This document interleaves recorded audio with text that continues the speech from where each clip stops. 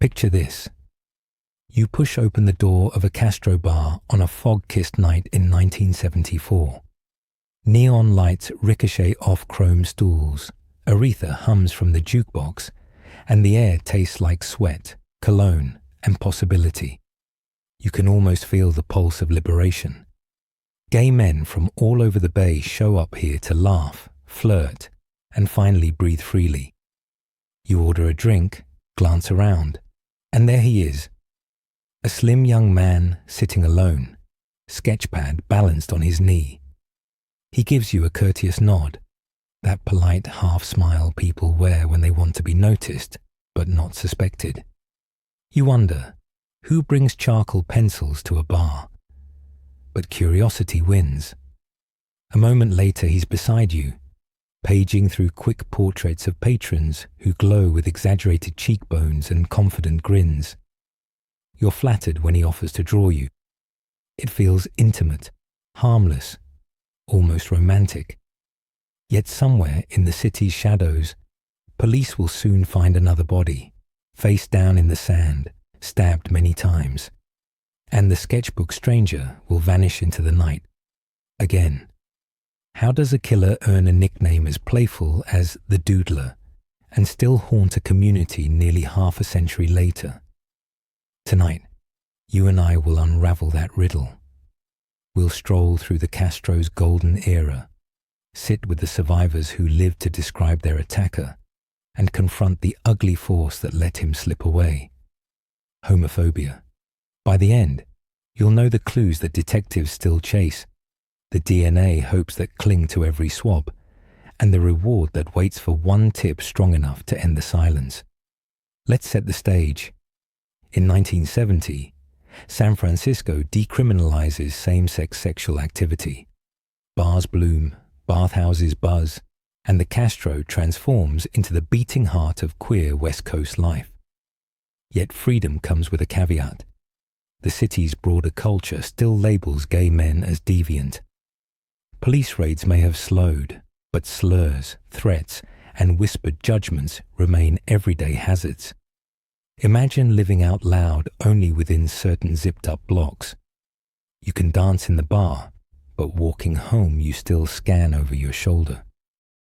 Into this fragile liberation steps the Doodler. The first known killing strikes in January 1974 on a windswept stretch of Ocean Beach.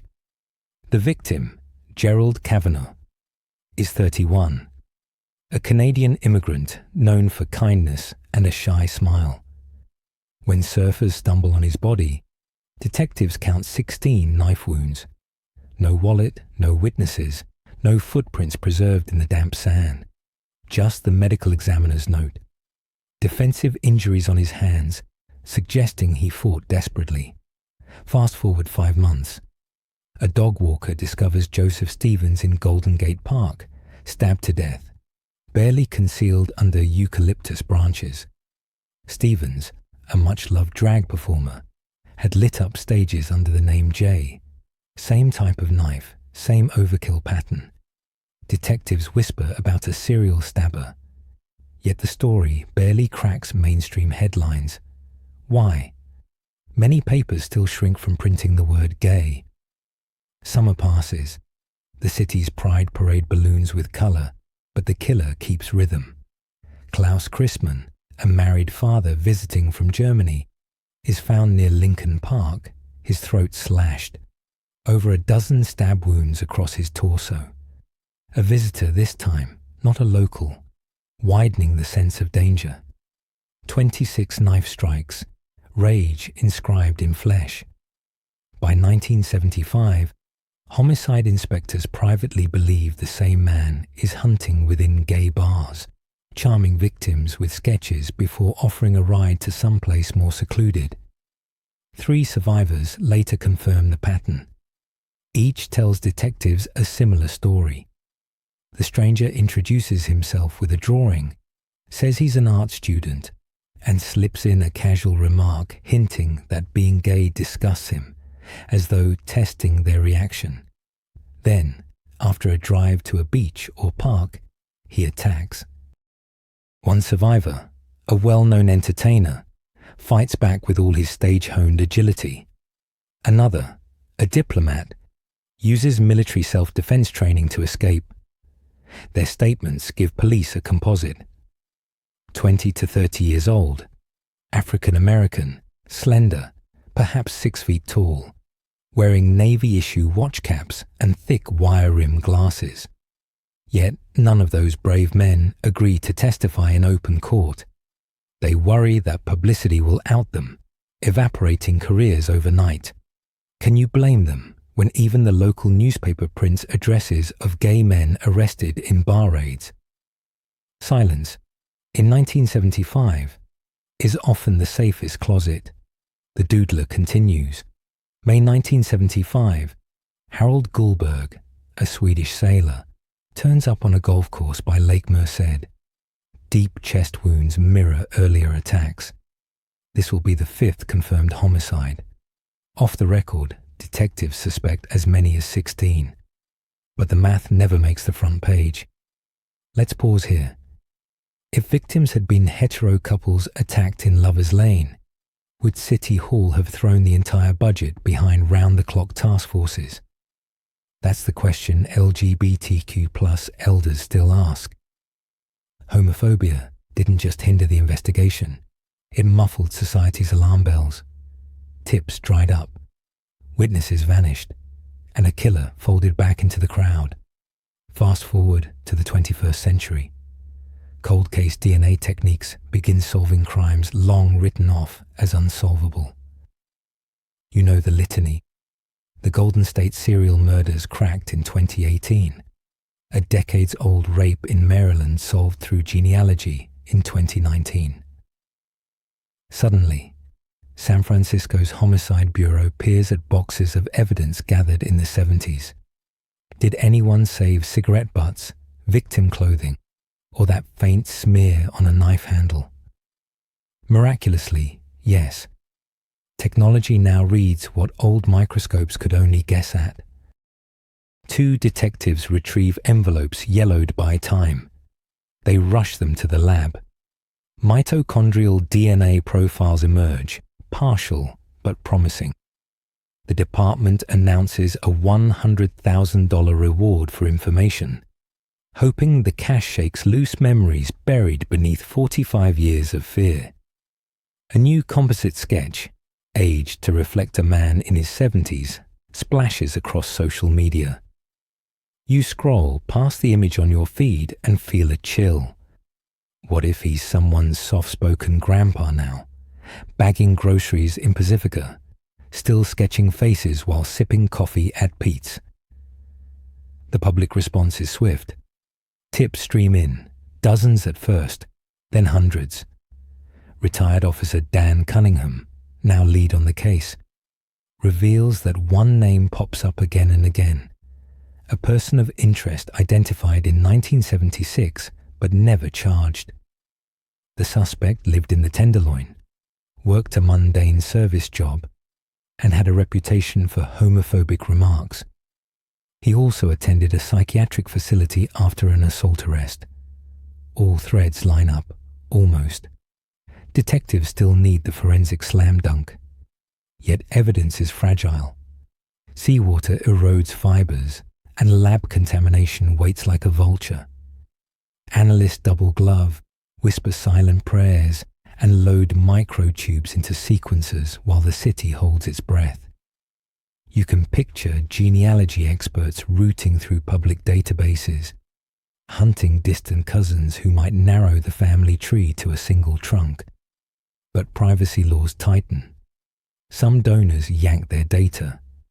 Each promising branch pruned away reminds everyone how time punishes the truth. So where does that leave you, the listener, here in the present? Maybe you weren't alive in the 70s. Maybe you're thousands of miles from San Francisco. But stories like this reach across miles and decades because they ask the same haunting question. How many crimes hide in plain sight when society decides certain victims matter less? And what power do you wield right now to change that calculus? If you live in the Bay Area, You might recognize an old sketchbook, tucked on a shelf at an estate sale, initials scrawled in pencil, matches to composite art released by SFPD.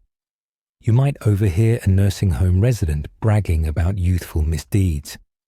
Or maybe you just share this story with a friend who shares it with another until the right ear hears the right detail and calls detectives. Stranger things have happened. Remember the Golden State arrest? One genealogy hobbyist clicked upload and every domino toppled. But let's zoom back into 1975 for a moment. You're standing outside a Castro cafe. Police cruisers crawl past more frequently now, yet people still lean against lampposts, golden in the street lamp glow, cigarettes dangling, unbowed. The killer hasn't stolen their laughter, only made it sharper, more defiant. Drag queens clack down the sidewalk in heels, heads high. Activists unfurl banners demanding equal protection.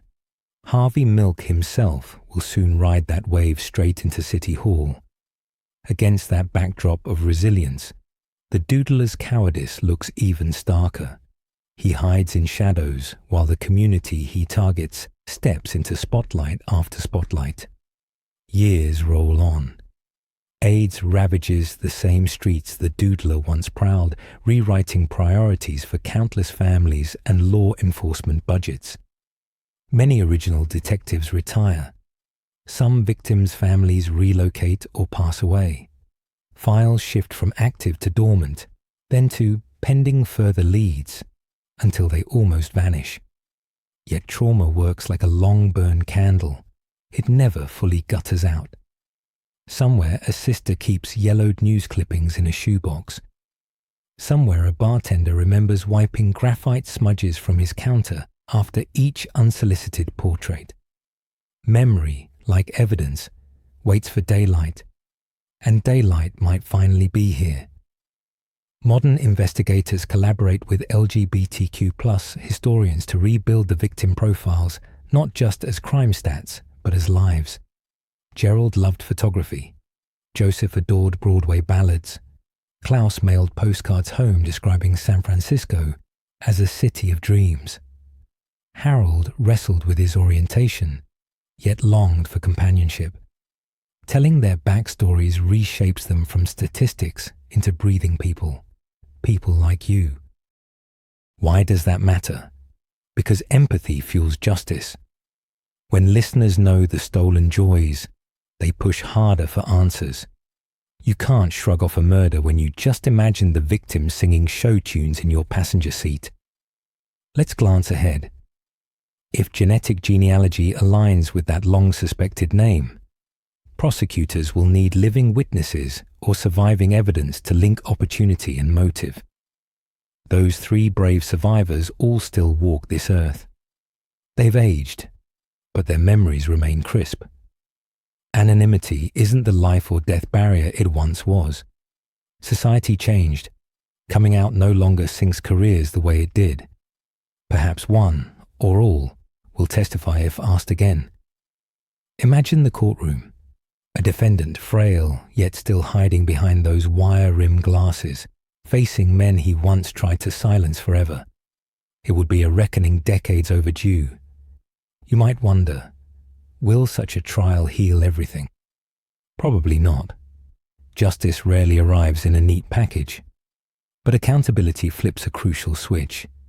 It tells every marginalized kid listening that their pain counts, their stories belong in the official ledger, and their lives outrank the prejudice stacked against them.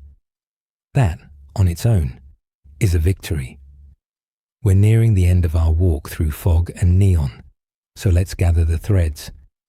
A gifted but twisted artist used charm and sketches to lure at least 5 men to violent deaths. Cultural stigma muffled the alarm, leaving witnesses too afraid to testify and police too under-resourced to chase every lead. Decades later, DNA holds promise, a cash reward dangles, and renewed empathy fuels hope. Somewhere out there, the Doodler, or someone who loves him, or someone who knows him, still breathes. Time isn't his ally anymore. So here's your takeaway. Stories persist, evidence evolves, and silence, once a shield, can become a weight you no longer wish to carry. If you know anything, no matter how small, SFPD's tip line still rings day and night. But even if you don't, you wield power each time you amplify voices once dismissed. When you refuse to shrug at violence against marginalized communities, you narrow the cracks where monsters hide. Next time you see a street artist offering a quick portrait, you'll probably still pause, admire the craft, maybe grin as graphite lines shape your face. But you'll also remember this tale and feel that nudge of awareness like a hand on your shoulder. Vigilance doesn't steal the magic of a night out. It just keeps the monsters in check. Stay curious, stay compassionate, and never underestimate the long reach of truth. One day soon, a single phone call may close a chapter that's been open since 1974. And when it does, you'll know you were part of the chorus that refused to let it fade into static.